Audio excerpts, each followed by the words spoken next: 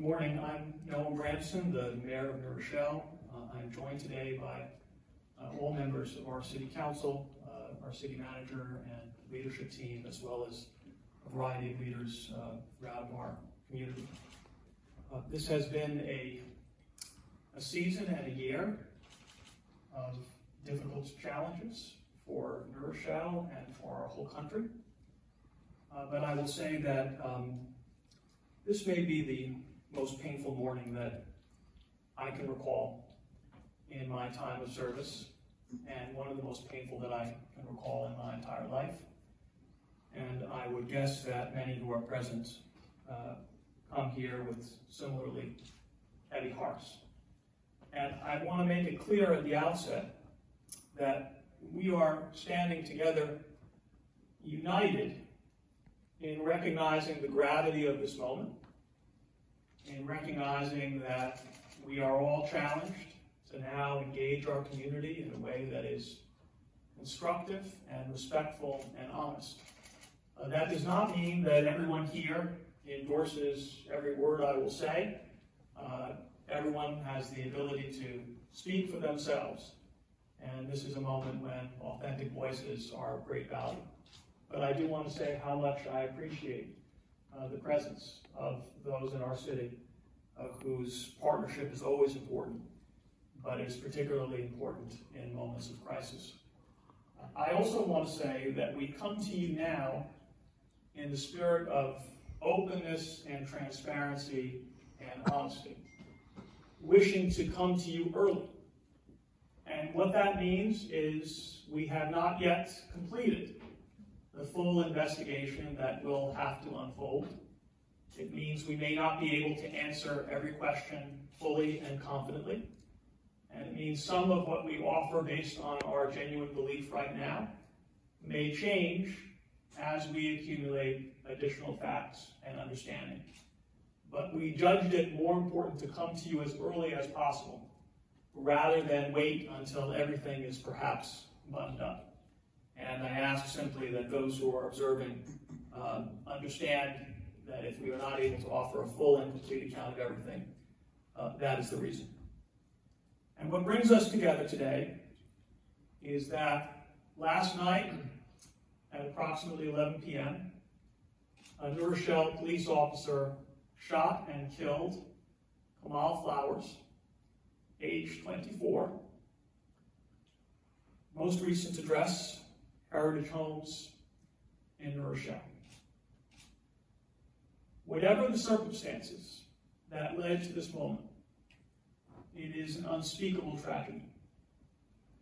And our entire community, entire city, extends condolences to the family and loved ones of Mr. Flowers. Allow me to share the sequence of events that we believe led to this moment, and then I will attempt to put this event into some larger context. On Wednesday, I'm sorry. I understood that Pastor Holder was going to speak at the end. Forgive me. Let me invite Pastor Holder, let me invite you to speak right now, and then I will come back, and I apologize for the misunderstanding. Go ahead, Pastor Holder. Thank you. That's fine. We're here as clergy in the community, as Black clergy, as the Latino community, which we love and support, as they always support us, as well as community persons and neighbors who are here and people are active in the community as part of the community, to say that we're in dialogue today. We're in communication with the city. They called us because they wanted to talk to us. And we appreciate that. That in no way means that we agree with everything that will be said, as the man said, so aptly said. And so it's an important time for us to be here, to stand for justice, because that's what we're here for. And I would say to the clergy, let the church say amen. We are here to make sure that there's justice and compassion. Jesus was a man, our Savior, who was a man of justice. Our Savior is just as God in the flesh, and so we're excited to be here. Not excited because this happened, excited because we have an opportunity to turn wrong and make it right. That's why we're here. So thank you, Mayor. Thank you very much, Pastor Holder, and as I said before, to all the faith and community leaders who are present, your words are meaningful, and your partnership is meaningful. So as I said, allow me to provide the information, at least as we know it right now, the sequence of events that led up to this moment. On Wednesday evening, the New Rochelle police received a call from a resident of Heritage Homes reporting a vehicle that was described as operating in an unusual fashion. It was a Dodge Charger with tinted windows and Virginia license plates. And so internally, this vehicle was flagged for subsequent attention. Fast forward, last night, 2 police officers in an unmarked police vehicle observed the car that had previously been reported. The car was pulled over. Once it was pulled over, Mr. Flowers exited from the passenger side and proceeded to run on foot.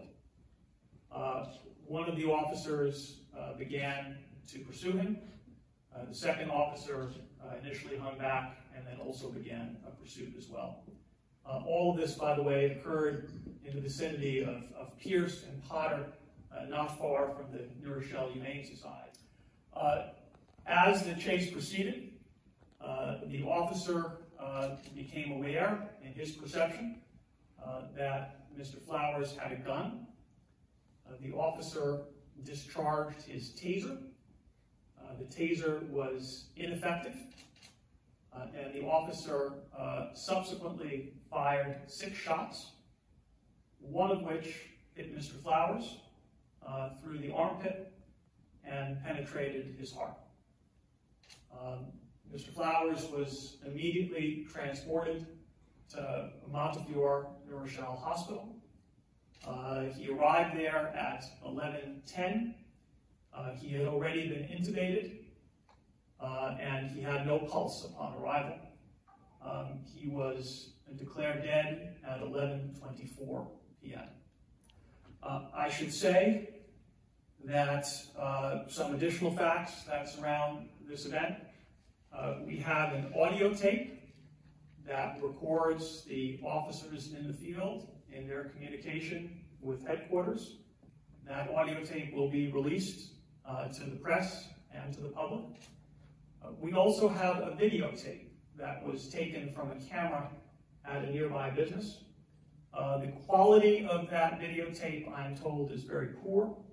We are going to make every effort to enhance it. But that, too, will be released to the public and to the press. I should note that the officers in question have 5 years on the New Rochelle PD in the case of the officer who was involved in the shooting, 3 years on the case on the PD for the other. We have already been in dialogue with both the Westchester County District Attorney's Office and the New York State Attorney General's Office. They were on the scene and are already working to ensure that there is a full and thorough investigation. I have personally spoken with District Attorney Scarpino and with New York Attorney General Tish James to underline, not that they needed to hear from me, to underline the gravity of this moment, to make it clear that the city stands ready to partner fully to make sure that the investigation is thorough, comprehensive, and fair, and perceived as thorough, comprehensive, and fair. We all recognize this is a moment when all of us will rightly be under a microscope. It is my opinion that this would probably be best handled by the state AG, but that is a judgment that the AG and the DA will have to make together. The city does not have the ability to make that determination. Some additional context. It has been 7 years since any New Rochelle police officer discharged a weapon in any setting whatsoever. And our officers are trained to de-escalate violence, precisely to avoid tragedies of this kind. And so it hits us particularly hard when an event of this kind occurs. And this would be traumatic for the city of New Rochelle, no matter what was going on around the country, no matter what was in the news, no matter what other incidents had preceded this moment. But we are also aware that this does not arrive in a vacuum. We are aware that this is a moment when issues of police violence and systemic racism and racial justice are front and center for many residents of our own city and front and center for many Americans. And that therefore the pain and the anguish that all of us feel, that so many people in New Rochelle feel, is intensified.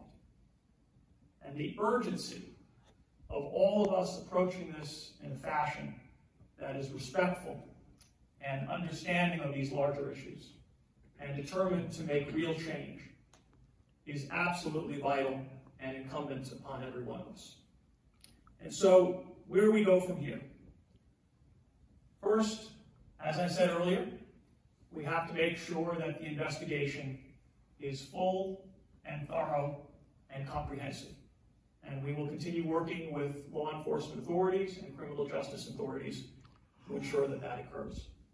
Second, we need to continue and deepen and broaden the dialogue that the city government and the New Rochelle Police have with our community.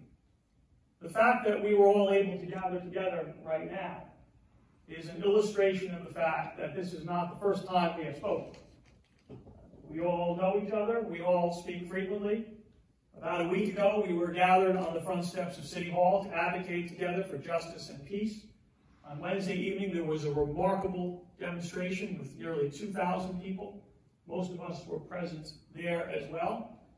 And yet I did not say that in the mode of assuming that the dialogue which has occurred up till now is sufficient for what happens as we move forward. And I'm also mindful of the fact, and I heard this in a discussion that all of us had together a short while ago, that it's not just about meeting with leaders.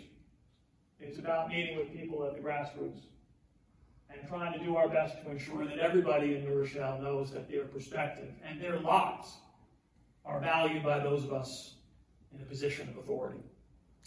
With respect to law enforcement, as I said, there are already a series of steps that our PD has taken, from de-escalation of violence to a prohibition on neck restraints and chokeholds, to the introduction of implicit bias training, which is going to begin this year, along with Councilmember Ramos-Herbert, and then subsequently with the entire council. It had already been our intent, which I announced last week, to undertake a more rigorous examination of how we can advance racial justice in New Rochelle, including, but not limited, to how we approach challenges of law enforcement.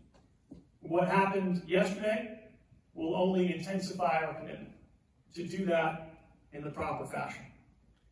And finally, I want to say that however this came about, the fact that at the age of 24, a young man had an appointment with a bullet that snuffed out his life is a profound tragedy. It represents a failure of our community and a failure of our country, because no such incident occurs in a vacuum. It is a culmination of life experiences, of opportunities and constraints, of challenges and things that hold us back, all contributed to that moment. And so even as we focus intently and rightly on what occurred at 11 p.m. on a Friday night on one block in New Rochelle, we must also widen our lens to consider all the circumstances that either lift up or hold back the people in our city.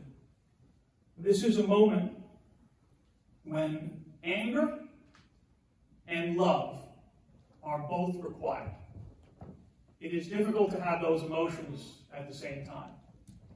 And yet I do believe that we will have to hold them in our hearts and in our words as we move forward from this moment with the goal of healing and lifting up all of our community. I thank you very much for being here, all of you. And at this time, I will be pleased to take any questions that the press may have. How about dash cam video? So, body cam? The question for those who did not hear was whether there was a dash cam video. Or body cam. Or body cam. The answer is no. The city of New Rochelle does have dash cams for marked police vehicles. This was an unmarked vehicle, and that is why there was no dash cam. We do not at present have body cams. That is among the things that has been under active consideration and will certainly be under active consideration as we move forward. It is fair to say that we wish footage were available. It would be very helpful in all of us having confidence in the facts that we report. Is it true that Mr. Flowers was recently released from prison, and did he have a prior record, and can you talk about that? That is a matter of public information, but let me say, in my view, that's simply not relevant to the matters before us right now. There is no prior record that would justify an event of this kind. The only thing that could explain it would be an officer's true perception that their life and safety was at immediate risk. And indeed, the officer was in no position to know whether Mr. Flowers had a prior record. So I would leave it to others to address that one. Yes? Was Mr. Flowers he exited through the passenger side? Was someone else driving the vehicle? Yes, someone else was driving the vehicle. We have not yet been able to, they left the scene of the crime, the scene of the event, I should say, and we have not yet been able to connect with them. Yes? Is the other passenger, is that person a suspect at all for any type of crime at all, or is? Can I ask the police to address that, please? No, the vehicle left the scene, and we don't know who the other people in the vehicle are. Okay. Or were. And what do you guys know why they were stopped in the first place? Well, they were stopped on Wednesday night, the night of the rally. We had a caller call in from the Heritage Homes who reported a suspicious vehicle going in and out of the area there with Virginia plates on it. And this is something that all police departments in the area have been very alert to, because there have been reports of people coming in from particularly outside the state, with out-of-state plates, particularly temporary Jersey plates, and tinted windows. The car had tinted windows. So we were looking for the vehicle, and some of the officers on patrol last night spotted what appeared to be the vehicle. They committed several vehicle and traffic violations, so they stopped it. They pulled it over, and at that point, the passenger exited the vehicle and fled down Pierce Street, across Potter, and onto Sharrett Street. And one of the officers, as the mayor has told you, pursued. Well, Commissioner, while you're up there, can you speak to the issue about past record and whether or not it's true he was released from prison back in March? No, we're going to decline to answer that right now. Yeah. Any further questions at this time? So the passenger didn't commit any crime prior to being stopped, pretty much. I'm sorry? The passenger didn't commit any crimes prior to being stopped. Do you mean the driver or the Mr. Flowers was the passenger. Mr. Flowers, yes. Yes. He didn't commit any crimes prior to being stopped. He was just stopped because of the car, correct? His prior record would not be a matter of knowledge to the officers who stopped him. Okay. But as the commissioner indicated, this particular vehicle had been flagged already based on a call that had been received from Heritage Homes. And was observed, we are told, with a variety of vehicle infractions. Thank you all for being here.